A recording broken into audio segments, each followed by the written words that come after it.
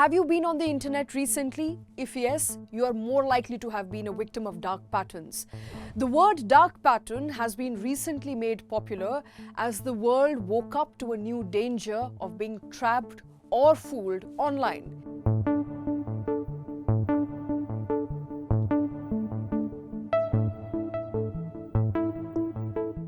Here's all you need to know about dark patterns. Dark patterns are deceptive design patterns, and they can trick the audience and are integrated in websites as well as applications. Now, these dark patterns can make you do things you did not intentionally want to do, such as buy a product, sign up for a subscription, or agree for a service not instantly required. The Government of India has specified 13 types of dark patterns. Number 1 is false urgency. As the name suggests, it refers to creating a false sense of urgency and misleading the consumers. For example, falsely creating time-bound pressure on consumer, let's say saying on a travel app, only 3 seats left, hurry up. Number 2, basket sneaking. Now, basket sneaking means adding of additional items. It could be any product or a service or a payment to charity, to donation, when it is time to check out and finally pay the bill. For example, while you're booking a travel ticket, the platform may itself add travel insurance. Number 3, confirm shaming. Now, confirm shaming refers to the usage of a phrase or a video or a text or an audio element to create a sense of fear, shame, ridicule, or guilt in the minds of the users. For example, while ordering a food item, you might be asked to donate to some charity or to people, and the screen may read, and I quote, "Feed the poor, don't let a fellow human sleep hungry." Number 4, forced action. It means that the users are not being nudged in a subtle way to take an action, but instead they are forced to buy an additional good or subscribe to a service in order to perform the task originally intended by them. For example, you might be forced to subscribe to a newsletter to make a product purchase. Subscription trap. Now, how do you actually, through dark patterns, make users take to subscription? Well, cancellation of a paid service is a complex process. It is difficult to spot the cancellation option in the first place, which forces the user to provide account details for accessing a free subscription service. Now, you might find that a website is offering free service for, let's say, 2 months in the beginning, but actually when you attempt to access that service, it may ask you to fill in your card details. That is letting you get into the trap of subscription. Number 6, interface interference. It means that interfering with the user's interface. It could happen via a design element where certain specific information is highlighted and the rest is obscured.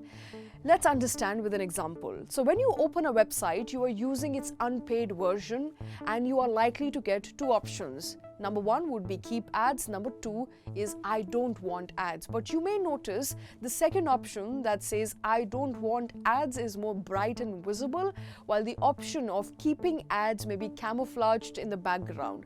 Why is it so? So that when you click on I don't want ads, you are directed to the paid or the premium service. Number 7, bait and switch. Now, what's bait and switch? It means that the advertiser advertising a particular outcome is based on users' action but is deceptively serving an alternate outcome. For example, when you see a good quality product being offered at a cheap price, but you actually start paying for an item, you find that the product is no longer available and a similar looking product is being offered but is suddenly more expensive.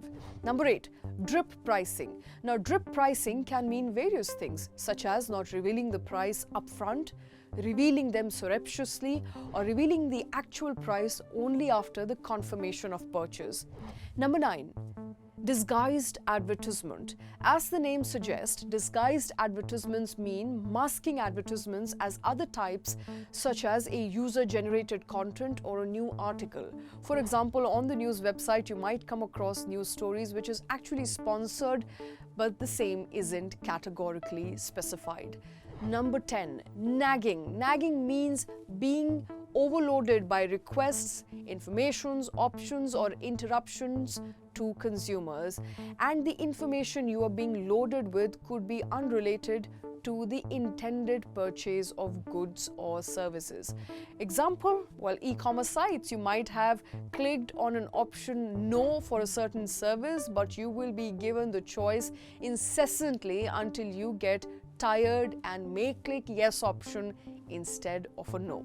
Number 11, trick question. Now here's a deliberate use of confusing and vague language. The wording being used in the sentence being framed are not easy to comprehend by a common person. Say the prompt is, do you wish to opt out of this service? You might have two options. One of them could be not now. Ideally, choosing a not now option would mean not subscribing to a product or a service instantly. But here's you wishing not to opt out, and you will continue to receive updates and services of which you wanted to opt out. Number 12 is the SaaS billing.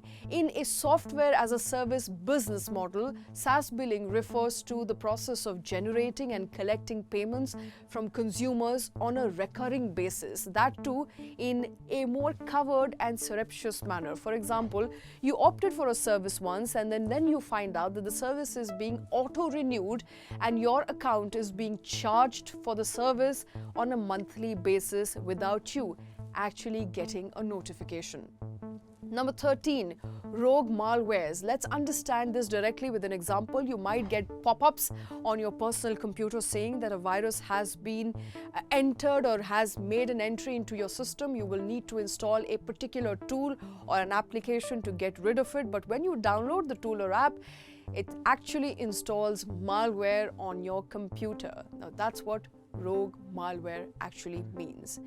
While we have established ground in terms of what dark patterns are and their types, internet users come across such misleading patterns, dark patterns, on a regular basis. For now, India doesn't have a law to combat dark patterns. What we do have are guidelines for prevention and regulation of such patterns. So if you do come across any of these dark patterns, please make sure to be wary of them.